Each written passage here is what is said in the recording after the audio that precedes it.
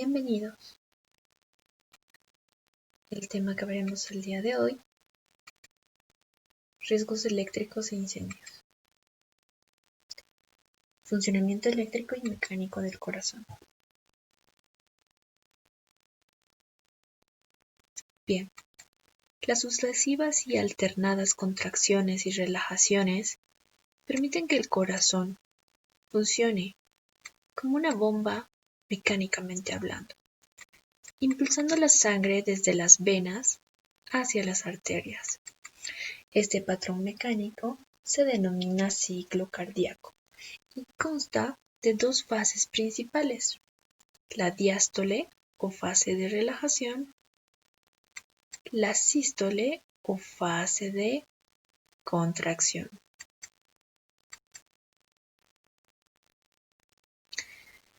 Para que las fibras cardíacas inicien el proceso mecánico de la contracción, es necesario que la información eléctrica localizada a nivel de la membrana se introduzca en el citoplasma celular, que es el lugar donde se encuentra la maquinaria contráctil. Fibrilación ventricular.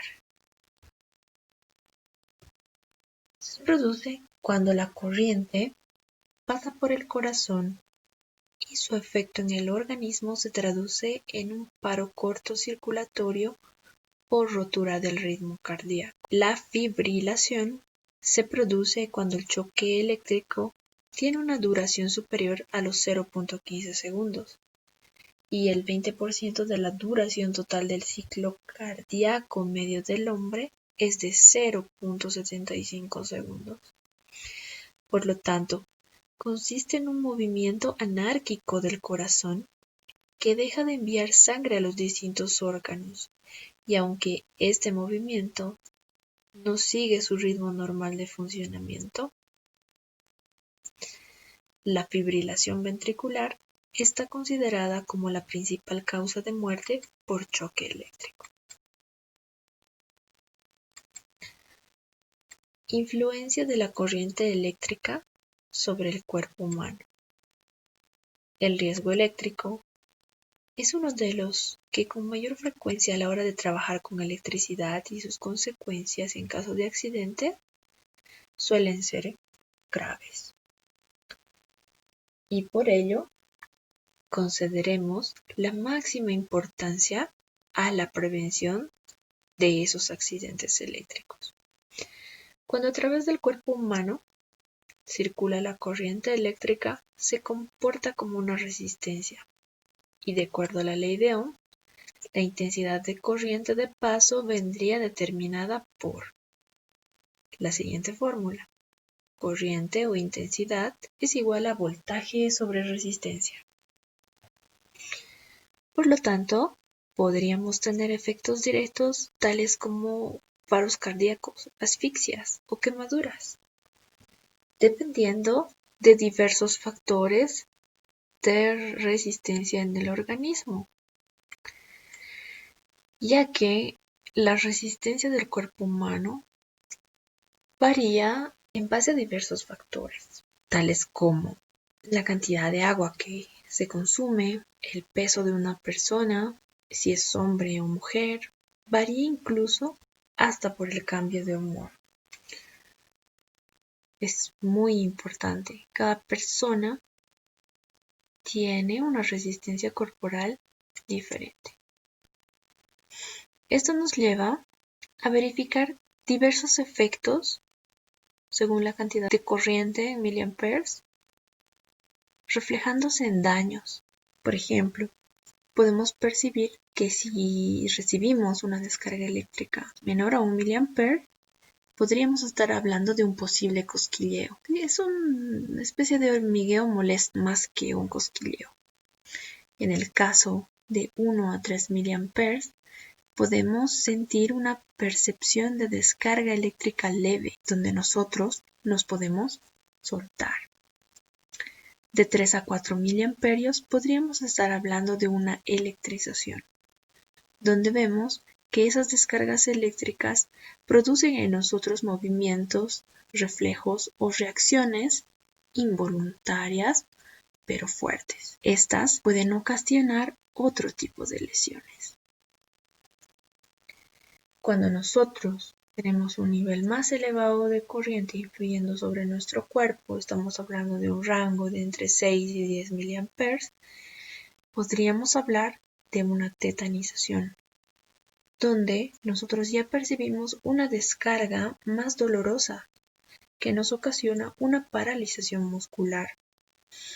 La persona no puede soltar el objeto debido a esta influencia. Posteriormente, si seguimos subiendo la corriente, cuando llegamos a los 30 mA, ya podemos considerar un paro respiratorio o una asfixia. Según el trayecto de la corriente, puede ocasionarnos un dolor intenso y un paro cardíaco, incluyendo fuertes contracciones musculares y la imposibilidad de respirar, con predisposición a la muerte. Si nosotros recibimos una descarga mucho mayor, de entre 60 a 75 mA, ya estamos hablando de una directa fibrilación ventricular, donde tendríamos un paro cardíaco como consecuencia de daño inmediato, y si no se aplican las medidas necesarias, tales como el RCP, primeros auxilios, estaríamos expuestos a una muerte probable.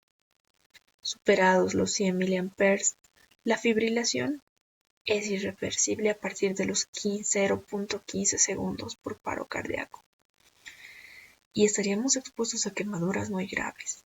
Por lo tanto, la muerte en ese caso sería altamente probable. Existen diversos factores que afectan la gravedad de la descarga.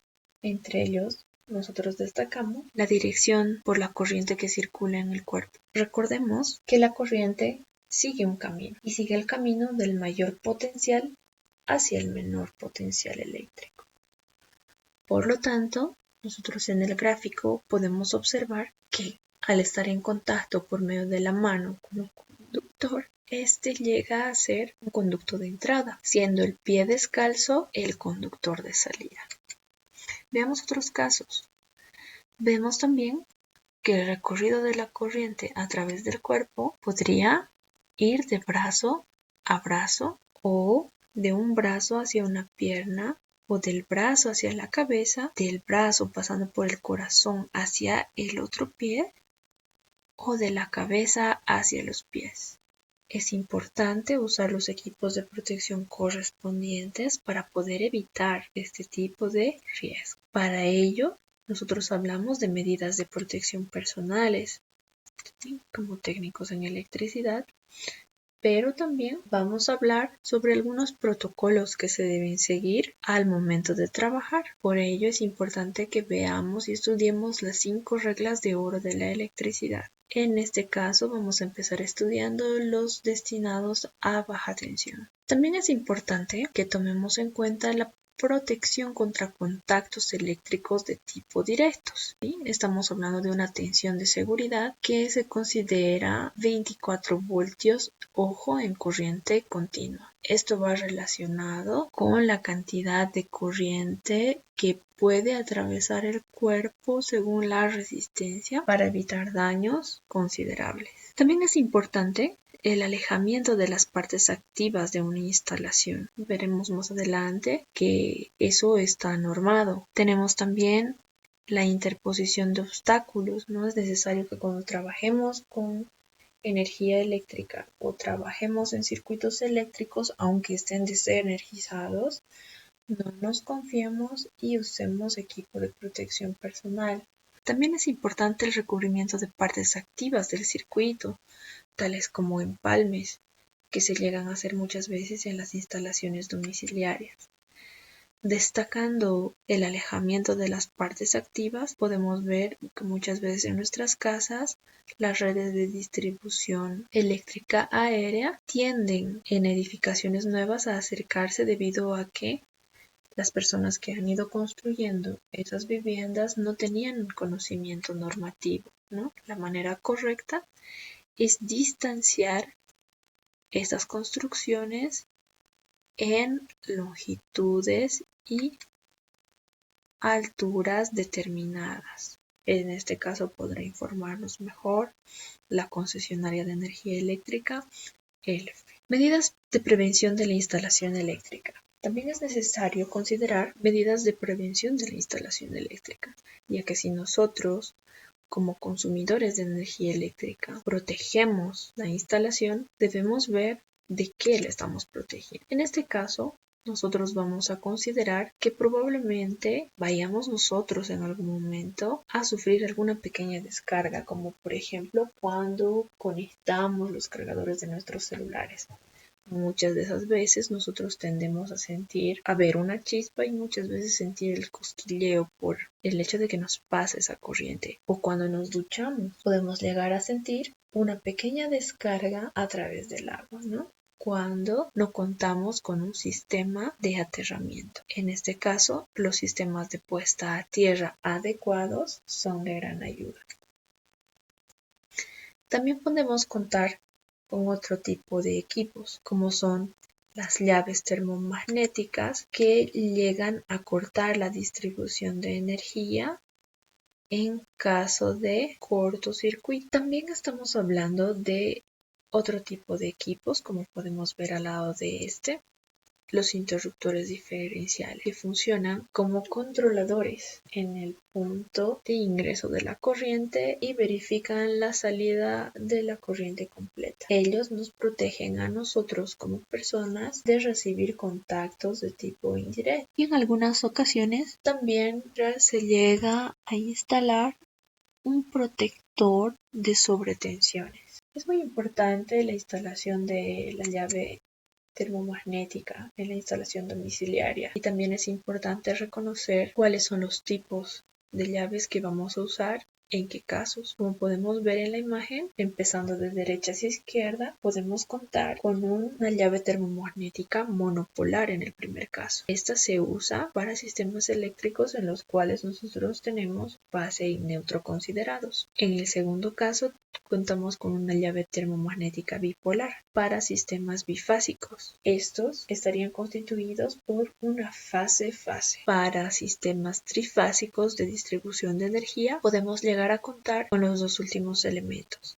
¿Pero por qué estos tienen uno un tamaño menor y otro un tamaño mayor? Estos equipos termomagnéticos o llaves termomagnéticas van a ser instaladas dependiendo de la cantidad de corriente a la cual estos van a saltar, y así nos protegerían y protegerían nuestras instalaciones de incendios, accidentes por incendios.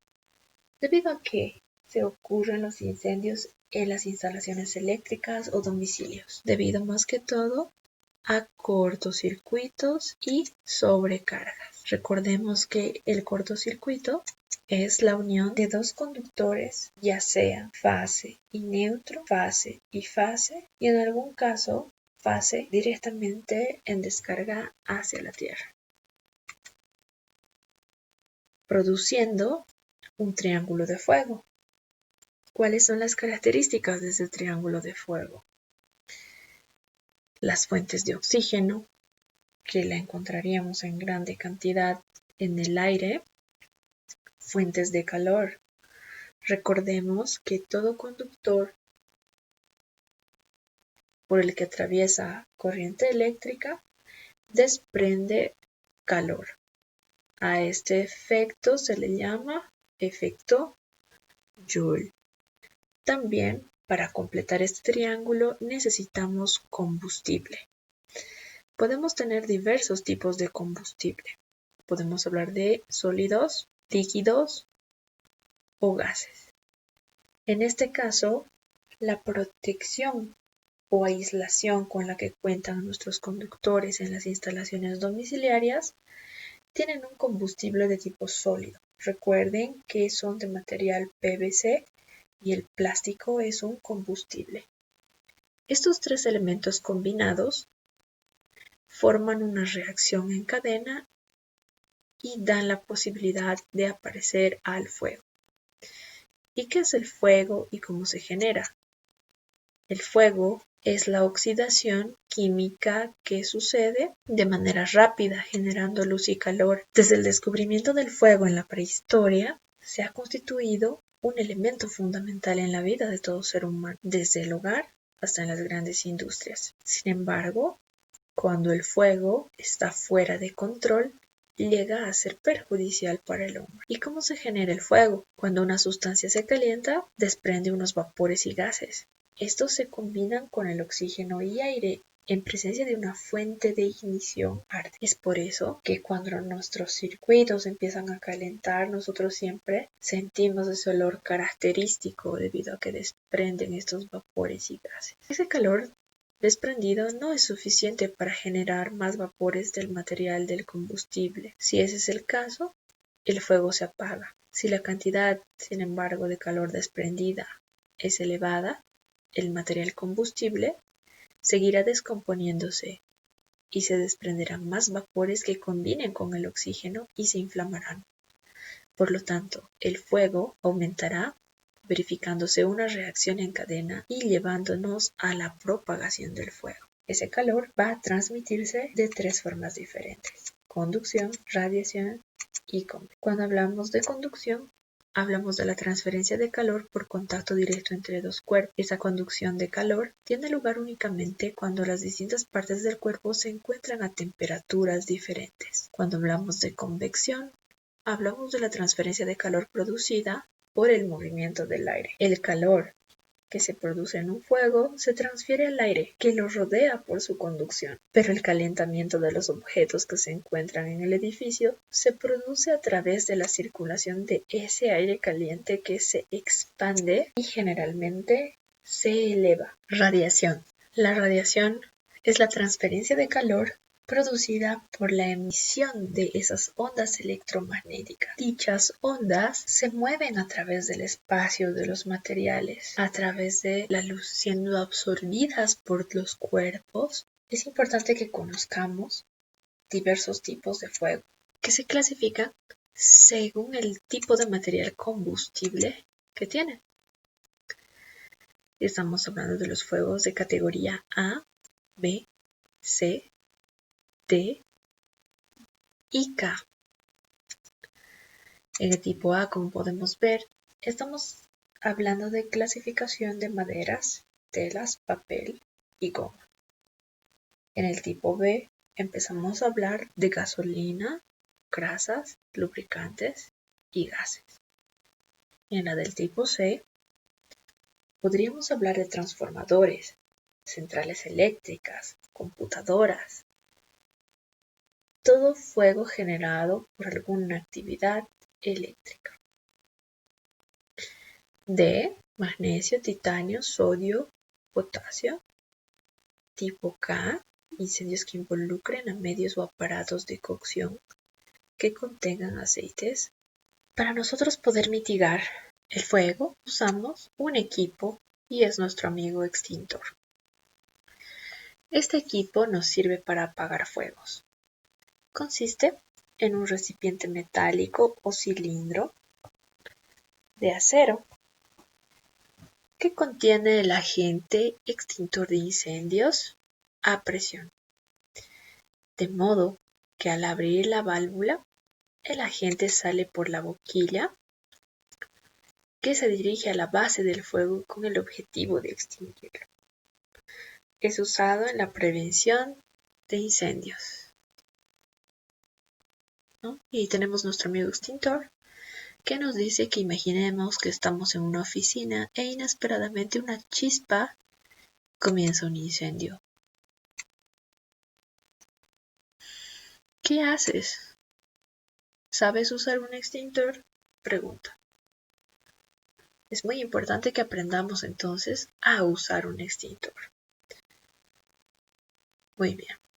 Pero existen también diversos tipos de equipos de contención o protección de incendios. El extintor es un equipo portátil, debido a que nosotros podemos transportarlo manualmente en caso de que sea pequeño o sobre ruedas en caso de que tenga un tamaño un poco más considerable. Sin embargo, existen también equipos de tipo fijos que pueden activarse de forma manual, como son los hidrantes. Muchos han debido conocer los hidrantes. O pueden ser también de manera automática, tales como son los sistemas de regadera automática o detectores de incendio que nosotros como técnicos también instalamos, ya sea en industria o en domicilios. Perfecto. Pero si nosotros tenemos diversos tipos de fuego, es importante que consideremos diversos tipos de agente extintor para poder mitigar cada uno de estos tipos de fuego. Entonces, los más conocidos son el agua, A, espuma química, AB, dióxido de carbono, BC, el alotrón, ABC, polvo químico, D, potasio, K. Esas letras recuerden que van asociadas a los distintos tipos de fuego y nos indican el tipo de fuego que puede ser capaz de apagar cada uno de ese tipo de agentes extintores. Por lo tanto, es poco probable que yo pueda usar un solo tipo de extintor para apagar distintos tipos de fuego, porque no llegaría a ser adecuado. Si yo me pongo a analizar y tengo un incendio de tipo líquido, recordemos que estos tienen gasolina o consideran también algún tipo de agente inflamable y combustible de tipo líquido, como el diésel. Si yo echo agua, es muy probable que empeore la situación, debido a que la gasolina, diésel, etcétera, ser componentes de tipo semioleoso, no se combinan con el agua. Y de hecho, si yo echo agua al aceite mientras cocino, recuerden que el aceite tiende a salpicar y muchas veces este combustible líquido tiende a salpicar ya con restos de fuego, provocando una expansión del incendio. Por lo tanto, es importante tomar en cuenta estas sugerencias de tipo de agente de extintor al momento de combatir algún tipo específico de fuego.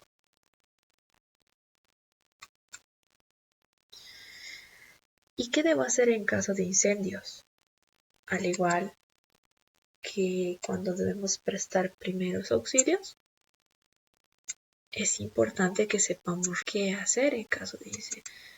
Lo primordial siempre es mantener la calma. Debemos también verificar la magnitud del incendio que queremos mitigar o apagar. Podríamos tener un pequeño conato de fuego, o bien llamado un pequeño incendio que está empezando a consumirse. En ese caso, podríamos usar un extintor. Cuando el fuego es muy pequeño, podemos usar un extintor. Y tendremos que preguntarnos, ¿sabemos usar un extintor? En ese caso podríamos apagar y mitigar completamente el fuego, poniendo fin a la emergencia. Sin embargo, si nosotros nos encontráramos ante una situación diferente o un incendio de gran magnitud, podríamos añadir el aviso de incendio a autoridades correspondientes, tales como son los bomberos. Debido al corto tiempo de acción del extintor, nosotros no podremos apagar ese fuego con solo un extintor. Y en ese caso, si nosotros somos parte de la brigada y tenemos conocimientos de primeros auxilios o evacuación de incendios, deberíamos ayudar a nuestros compañeros en la evacuación de los ambientes y en caso de que sea necesario, aplicar el protocolo PAS. Usualmente, si hay un fuego de gran magnitud, se prevé un punto de encuentro. Este punto debe ser un punto seguro y es prudente que guiemos a nuestros compañeros de trabajo hacia ese punto para que puedan resguardar sus vidas al igual que la nuestra. Bien, habíamos hablado de la brigada. ¿Quiénes son los de la brigada? ¿Qué hace un brigadier? Los brigadiers son parte de brigadas específicas, en este caso la brigada contra incendios, que nos va a ayudar a combatir algún tipo de incendio en caso de que suceda dentro de la instalación industrial. Este equipo de personas reciben capacitaciones y entrenamiento constante para actuar en esas situaciones. Nosotros, como personas comprometidas con la institución y con nuestro trabajo, podríamos voluntariamente presentarnos a ser parte de estas brigadas. ¿Cómo usar correctamente un extintor? Es muy importante que revisemos de manera rápida la etiqueta del extintor y nos aseguremos de que es el tipo que aplica a la clase de incendio que queremos apagar. Como paso 2, debemos asegurarnos de que el extintor está cargado y no haya sido usado. Para ello, debemos revisar el manómetro. Como siguiente paso, jalaremos la abrazadera y sacaremos el pasador de seguridad. Como paso 4, dirigiremos la manga y la boquilla hacia la base del incendio. Es importante inclinarnos levemente hacia el frente para minorar el impacto del calor. Recordemos que los gases de la combustión tienden a subir. Por lo tanto, la posición adecuada será agacharnos para minorar el impacto de ese calor y los gases que estén en la parte superior. Una vez hecho eso, presionaremos la palanca y moveremos la manga y boquilla de izquierda a derecha sobre la base del incendio. Como paso número 7, nos continuaremos acercando lentamente según se apaga el incendio. Esto en dirección del viento. Si vemos que el incendio está empeorando o agrandándose, es mejor retirarnos. Paso número 8. Asegurarnos de que se extinguió el incendio en caso de que no se haya extendido. Es importante que usemos el contenido de todo el extintor. Siempre debemos alejarnos sin darle la espalda al fuego, llevándonos el extintor hasta un lugar seguro, nuestro punto de encuentro, donde lo colocaremos en una posición echada en el suelo, sugiriendo que ya fue usado, para proseguir con el paso 9, donde notificaremos a la persona encargada del mantenimiento para que se realice la recarga del extintor pasada la contingencia.